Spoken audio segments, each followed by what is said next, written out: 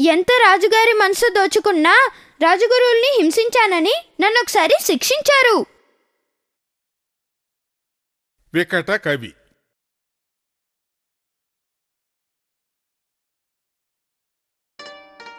తెనాలి రాముడు తంత్రంగా అంతఃపురంలో ప్రవేశించింది మహారాజుకు తెలిసిపోయింది.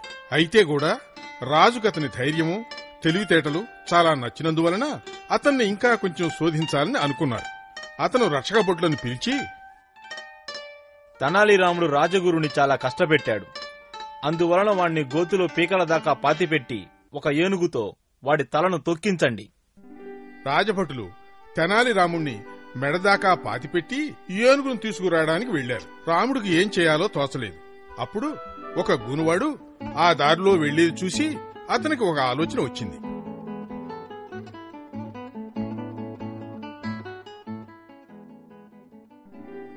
మిత్రుడా మిత్రుడా, నువ్విక్కడికొచ్చింది నీ అదృష్టమే. ఏంటి అదృష్టమా? నాకా? నీలాగా నేను కూడా గూను.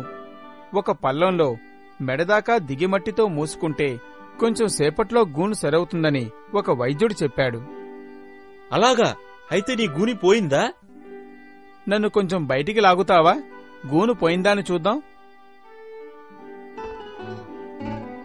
ఆ గూనువాడు తెనాలి రాముణ్ణి బయటకు లాగి రాముడి మామూలు వీపును చూసి ఆశ్చర్యపడ్డాడు.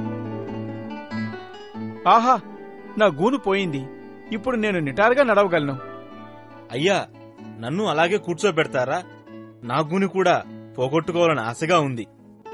తెనాలి రాముడు ఆ మనిషిని మెడదాకా గోతిలో కప్పిపెట్టి సంతోషంగా రాజసభకు వెళ్లాడు. నువ్వెలాగ శిక్ష నుండి తప్పించుకున్నావు? ఒక గూనోడొచ్చి నన్ను కాపాడాడు మహారాజా. నీ తెలివితేటలను, సమయోచిత బుద్ధిని చూసి నాకు చాలా సంతోషంగా ఉంది. ఇప్పటి నుండి నీవే ఈ రాజ్యానికి వికట కవి.